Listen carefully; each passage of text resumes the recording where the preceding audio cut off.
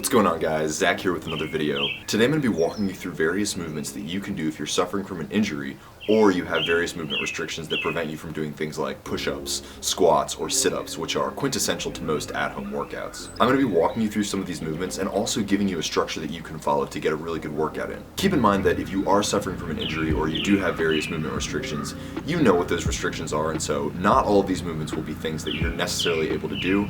That's okay. Just skip over those and keep going with the exercises. Without further ado, guys, let's jump in. So the first thing that we're going to do here is just your classic butterfly stretch. Pretty straightforward. Put your heels together. I highly recommend that you use your elbows and push down on the insides of your legs just because it exacerbates the stretch a little bit, gets a little bit better of a stretch.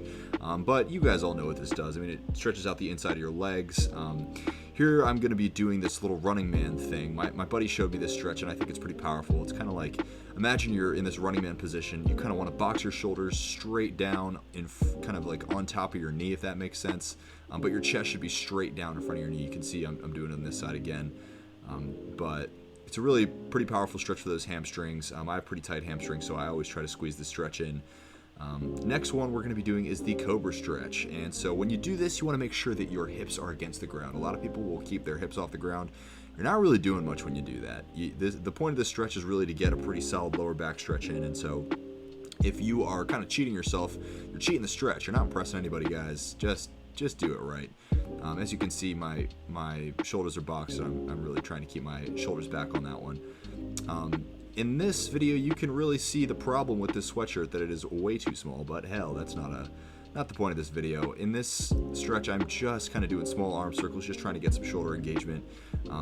Again, I'm doing it really, really slowly, just feeling in my shoulders, really trying to make sure that I'm focused on keeping my shoulders back.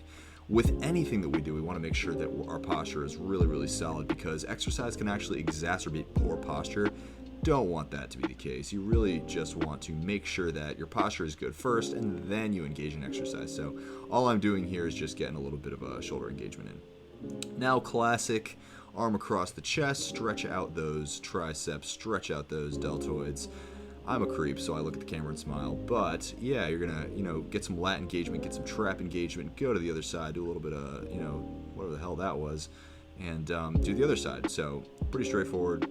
Elbow straight, pulling across your body, stretch out your back. And yeah, so in this one, I'm putting my hands on the top of my head and stretching out my chest.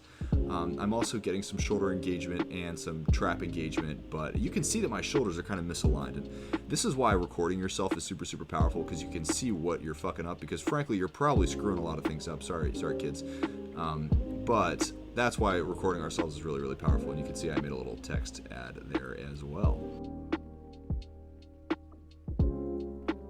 So here I am doing a neck stretch. So my hand is on the top of my head. I am pulling down to one side. Very, very straightforward. Just looking forward, pulling my head down to one side. A lot of people will roll their neck out. That's a great way to potentially crack your neck and die. You don't want that to be the case. It can be very, very simple. Just putting your hand on the top of your head, looking straight forward, pulling in one direction, and getting that stretch in. The point is to stretch. The point is not to crack your neck, bust a vertebrae, and never be able to exercise again. So first things first, here is the actual exercise we are getting started with. So all you're doing is this kind of hand roll thing. I mean, very, very straightforward, almost like you're a ballerina. You're putting your hands in front of you and you're going to roll them in one direction, very, very slowly or quickly. I mean, however fast you want to do it. Back and forth, up and down, very straightforward. The reason that we're doing this is it has a lot of shoulder engagement that goes along with it. You'll feel that even though it seems like a very simple movement, there is a ton of shoulder engagement. And so if you can squeeze in, maybe 10 reps going up and down, right? Whatever speed that you want to roll your hands around, you're going to start to feel a lot of shoulder engagement. You'll see that I'm starting to kind of engage my hands at varying degrees. I mean, it's very easy to kind of feel more engagement on one side than the other. So you'll notice that I'm trying to be very conscious of both my hands moving at the same time. Obviously, the reason that we do this is just to have equal engagement on both sides. You'll see that my right hand, or on the left as you're viewing it from the front, right? My right hand is doing a ton more work than my left hand, and so I'm kind of trying to equate the variation on both sides. And again, that's just to have equal engagement. But you'll feel as you go through this that there is a ton of shoulder engagement associated with this. So again, guys, doesn't really matter the speed. You want to keep it controlled, but you probably want to do between 10 and 15 reps going up and back. The next exercise is very similar, however, we're going up and down to the side. Arms just like a ballerina out to the side, flowing down, quickly up, quickly down, quickly up. And you can see that I'm kind of rushing out but then controlling the end. Again, this is based on the ideology that the decentric movement is really what is building the muscle, and so if we can kind of have an explosive start but then a controlled ending, that's what's going to really, tear up our muscles a little bit and kind of start building strength.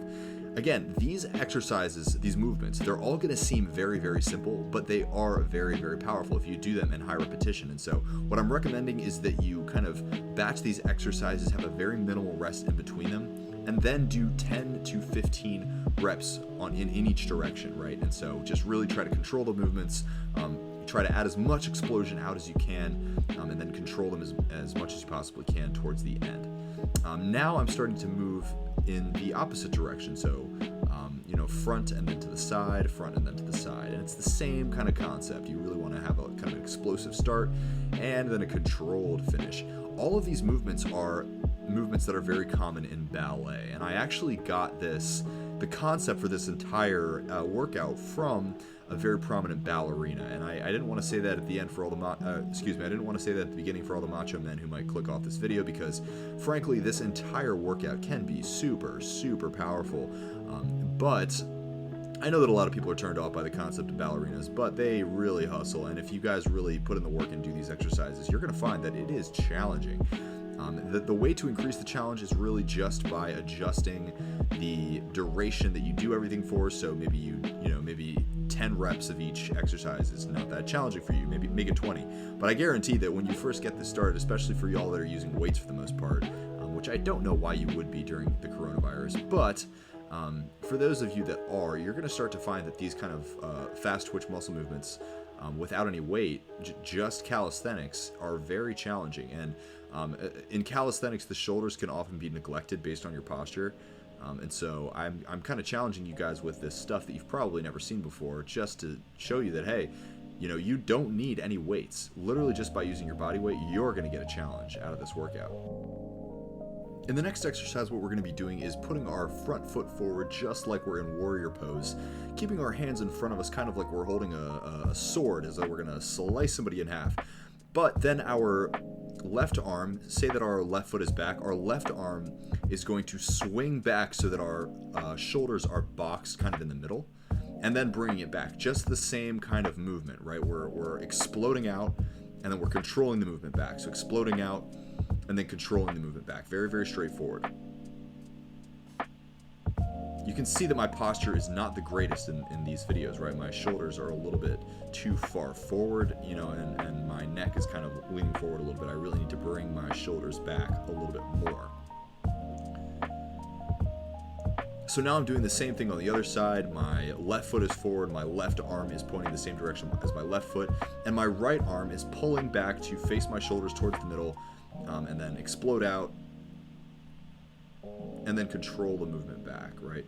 And again, we're just doing this so that we can really emphasize that control and build as much stability as possible, and that decentric movement is going to really build that muscle, right? The control is what is going to kind of build the most strength. And again, you can see how my shoulders are rolled forward a little bit too much. I do have a tendency to kind of hunch my neck down, and so that's something that I personally am working on. And as I'm saying this, I am consciously pulling my head back because I don't want to look like I've worked in an office for 40 years and this is all I do. So finally, I just want to give you all a rundown on how you should structure this workout overall. Again, this is one of those workouts that it can be as challenging or as easy as you want it to be. So first things first, I would say that if you want to make this exercise set a little bit more challenging, I would recommend shooting for a higher amount of reps. So maybe 10 to 15 reps is a little bit too low. Maybe shoot for 25 to 30, but you'll know in the first 10 to 15 if it's going to be really challenging. And again, this is going to be a superset circuit.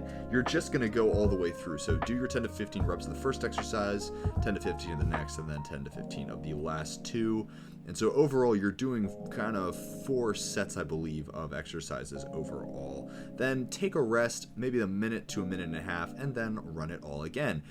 I would recommend going through this whole thing at least 3 times. I think 3 times is a pretty good number for a pretty decent challenge, but if you find that that is too easy, again, run it again. So the 2 ways to increase the difficulty of this whole thing are increase the reps of each set or increase the number of supersets overall. So very, very straightforward. Guys, if you have any questions, go ahead and drop them in the comments wherever you're watching this. I hope you've enjoyed this video. If you're watching this on YouTube, go ahead and like, subscribe, and share this video if you can. And until next time, I will see you all soon.